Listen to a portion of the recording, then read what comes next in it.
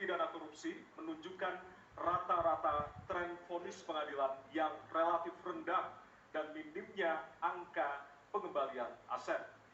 Pertanyaan, apa terobosan yang akan Anda lakukan untuk menimbulkan efek jera bagi pelaku korupsi sekaligus menyelamatkan aset negara yang dikorupsi? Waktu Anda 2 menit Bapak, dimulai dari sekarang. Terima kasih. Yang pertama dari si penegakan hukumnya dulu. Maka kalau saya mulai dari sini, maka yang mesti dilakukan adalah pemiskinan. Yang kedua, perampasan aset. Maka segera kita bereskan undang-undang perampasan aset dan untuk pejabat yang korupsi bawa ke Nusa Kambangan agar bisa punya efek jera bahwa ini tidak main-main. Namun yang perlu diberikan adalah contoh dari seorang pemimpin bahwa dia hidup sederhana, dia tidak bermewah-mewah, dia mengajarkan bagaimana integritas itu dibangun.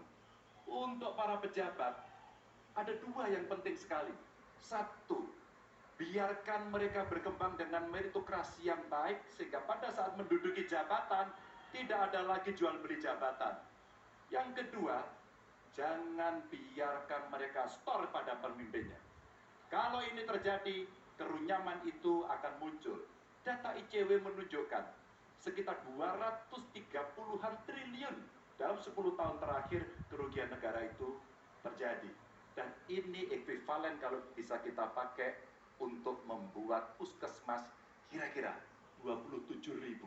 Terbayangkan oleh kita, edukasi itu mesti kita tunjukkan dengan sekali lagi teladan dari seorang pemimpin, dan pemimpin tidak boleh ragu untuk memutuskan itu. Masih ada waktu Bapak, akan Bapak cukup? Baik. Cukup, baik. Harap tenang. Terima kasih. Kami persilakan kepada calon presiden nomor urut 1 untuk menanggapi jawaban calon presiden nomor urut 3. Waktunya 1 menit, dimulai dari sekarang. Koruptor dijeratkan dengan undang-undang perampasan aset disahkan dan hukumannya mengikuti pemiskinan. 1.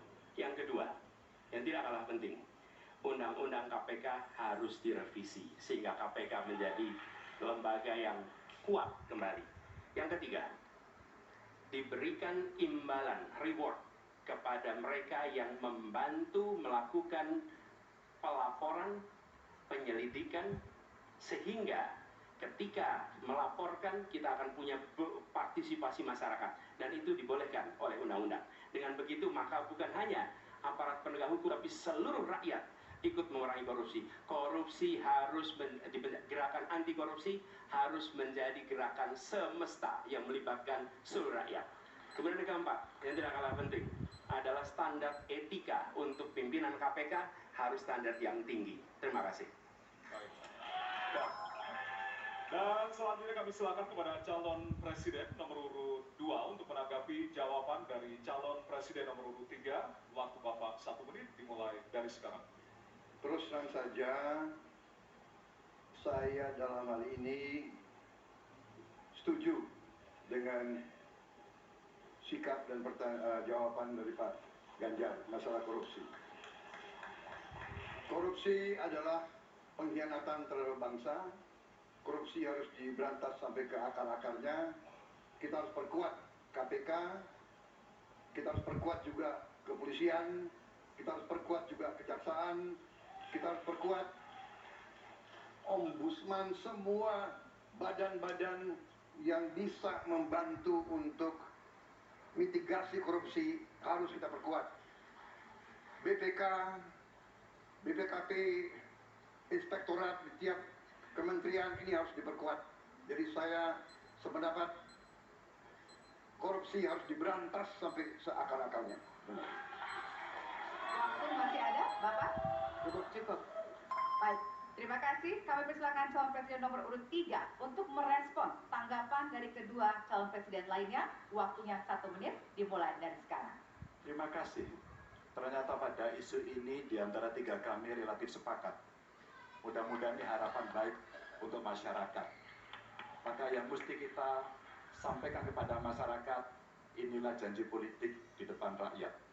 Maka kalau kemudian kita bisa menyatukan yang saya sampaikan di awal, pikiran kita sudah sama, perkataan kita sudah sama, maka kalau hukumnya tidak sama, kitalah yang dihukum oleh rakyat. Maka mudah-mudahan pemilu besok ini akan menghasilkan semangat yang sama untuk kita memberantas korupsi. Integritas itu penting sekali dan nomor satu. Masih ada waktu, Bapak? Cukup. Cukup? Baik. Ya, dan kita akan beralih ke pertanyaan selanjutnya untuk calon presiden nomor urut 1. Kami persilakan kepada panelis Bapak Rudi Rohim untuk mengambil subtema di fishball. Kami persilakan Bapak.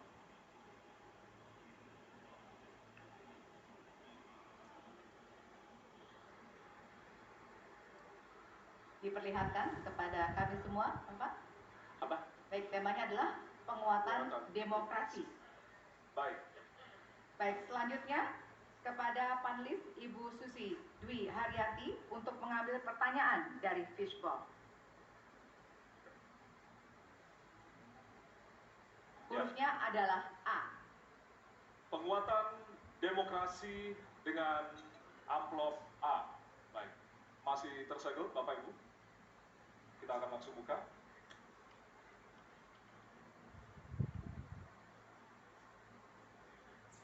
Salah satu pilar penting demokrasi adalah partai politik. Namun, kepercayaan publik terhadap partai politik di Indonesia selalu rendah. Pertanyaan, apa kebijakan yang akan Anda lakukan untuk melakukan pembenahan tata kelola partai politik? Waktu untuk menjawab, 2 menit, dimulai dari sekarang. Saya rasa lebih dari sekedar partai politik. Rakyat tidak percaya kepada proses demokrasi yang sekarang terjadi. Itu jauh lebih luas dari sekedar partai politik. Ketika kita bicara demokrasi, minimal ada 3. 1, minimal 3 nih. 1 adalah adanya kebebasan berbicara. Yang kedua, adanya oposisi yang bebas untuk mengkritik pemerintah dan menjadi penyeimbang pemerintah. Yang ketiga, adanya proses pemilu, proses pilpres yang netral, yang transparan, jujur, adil. 3. Dan kalau kita saksikan akhir-akhir ini, 2 ini mengalami problem. Kita menyaksikan bagaimana kebebasan berbicara menurun, termasuk mengkritik partai politik. Dan angka demokrasi kita menurun, indeks demokrasi kita. Bahkan pasal-pasal yang memberikan kewenangan untuk digunakan secara karet kepada pengkritik, misalnya Undang-Undang ITE atau pasal 14, 15 Undang-Undang Nomor 1 tahun 1946. Itu semua membuat kebebasan berbicara menjadi terganggu. Yang kedua, oposisi. Kita saksikan minim sekali adanya oposisi selama ini. Dan sekarang ujiannya adalah besok. Bisakah pemilu diselenggarakan dengan netralitas, dengan adil, dengan jujur? Ini ujian ketiga. Jadi, persoalan demokrasi kita lebih luas dari segala persoalan kepada partai politik. Nah, bagaimana untuk partai politik sendiri? Partai politik baru mengembalikan kepercayaan. Tapi di sini ada peran negara. Menurut saya salah satu masalah yang mendasar, partai politik ini memerlukan biaya. Dan biaya politik selama ini tidak pernah diperhatikan di dalam proses politik.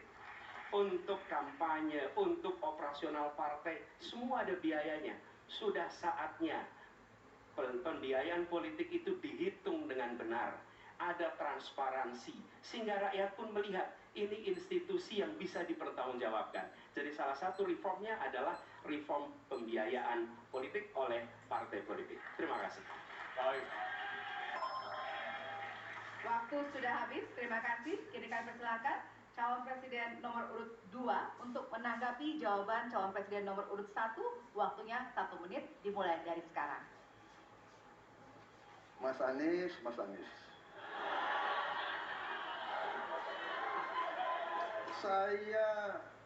Saya berpendapat Mas Anies ini agak berlebihan. Mas Anies mengeluh tentang demokrasi ini dan itu dan ini. Mas Anies dipilih jadi gubernur DKI menghadapi pemerintah yang berkuasa. Saya yang mengusung Bapak.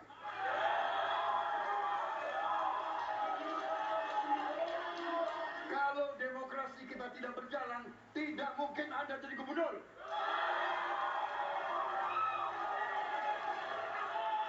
Kalau Jokowi diktator, Anda tidak mungkin jadi gubernur. Saya waktu itu oposisi, Mas Anies. Anda ke rumah saya, kita oposisi, Anda terpilih. Waktu Waktu habis, Bapak. Harap tenang. Bapak Prabowo. Baik, para Harap pendukung, tenang. kami mohon untuk Pendukung. tenang, para pendukung. Para pendukung, Baik, harap tenang. Kita akan lanjutkan Ya. dialog kita. Harap tenang. Hadirin, harap tenang. Kami sampaikan kembali. Hadirin harap tenang. Apabila tidak tenang, maka debat tidak dapat dilanjutkan. ya, kami mohon kerjasamanya kepada para hadirin yang berada di halaman gedung KPU untuk bisa menaati aturan yang telah kita sepakati bersama. Ya, Baik, selanjutnya kepada calon presiden nomor urut 3, kami silakan untuk menanggapi jawaban calon presiden nomor urut 1, waktunya 1 menit dari sekarang. Saya jadi tidak enak ini Mbak hari ini. Mohon maaf, saya tidak enak karena dua kawan saya sedang nagih janji dan membuka buku lama. Tapi percaya begini, yang pertama tidak ada demokrasi tanpa partai politik. Tidak ada, suka tidak suka mau tidak mau. Dan fungsi partai politik itu adalah agregasi, sumber rekrutmen kader, pendidikan politik. Kebetulan saya pernah menjadi ketua pansus undang-undang partai politik. Maka pada saat perdebatan penguatan dari sisi anggaran, penguatan dari sisi partisipasi masyarakat mesti dilakukan, saat itu tidak terlalu banyak yang setuju. Maka Mas Anies, soal oposisi tidak oposisi, soal kepentingan saja kok. Kapan kita bertemu, kapan kita tidak bertemu, dan kemudian kita akan bersikap pada posisi masing-masing. Tapi yang penting, pendidikan politik kepada masyarakat itulah yang menjadi PR besar dari partai politik agar cepat dewasa. oke, waktu Anda habis, Bapak. Ya, dan kita akan lanjutkan. Baik, kita akan lanjutkan debatnya, Bapak Ibu. Kita akan lanjutkan ke pertanyaan selanjutnya untuk calon presiden nomor urut 1. Ya, Untuk merespon Oh, ya. tanggapan dari 2 calon presiden lainnya, waktunya 1 menit dari sekarang. Ya. Terima kasih. Ketika kita menghadapi sebuah proses demokrasi, di situ ada pemerintah dan ada oposisi. Dua-duanya sama terhormat. Dan ketika proses pengambilan keputusan itu dilakukan, bila ada oposisi, maka selalu ada pandangan perspektif berbeda yang membuat masyarakat bisa menilai. Karena itu oposisi itu penting dan sama-sama terhormat. Sayangnya tidak semua orang tahan untuk berada menjadi oposisi. Oke? Seperti disampaikan Pak Prabowo tidak tahan untuk menjadi oposisi. Apa yang terjadi? Beliau sendiri menyampaikan bahwa tidak berada dalam kekuasaan membuat tidak bisa berbisnis, tidak bisa berusaha. Karena itu harus berada dalam kekuasaan. Kekuasaan lebih dari soal bisnis, kekuasaan lebih dari soal uang, kekuasaan soal kehormatan untuk menjalankan kedaulatan rakyat. baik. Waktu Anda habis, Bapak. Terima Kami kasih. mohon sekali lagi kepada para hadirin yang berada di Hadirin. halaman KPU. Ditahan dulu. Baik, baik. Pak Prabowo, Bapak mohon maaf. Prabowo. Bapak, mohon maaf. Waktu sudah Nanti habis. Waktu ada sudah kesempatan. habis. Ya. Baik. Hadirin. Nanti ada kesempatan untuk kembali menanggapi. Baik. Dan kita akan beralih ke pertanyaan terakhir untuk segmen ini dan untuk calon presiden nomor urut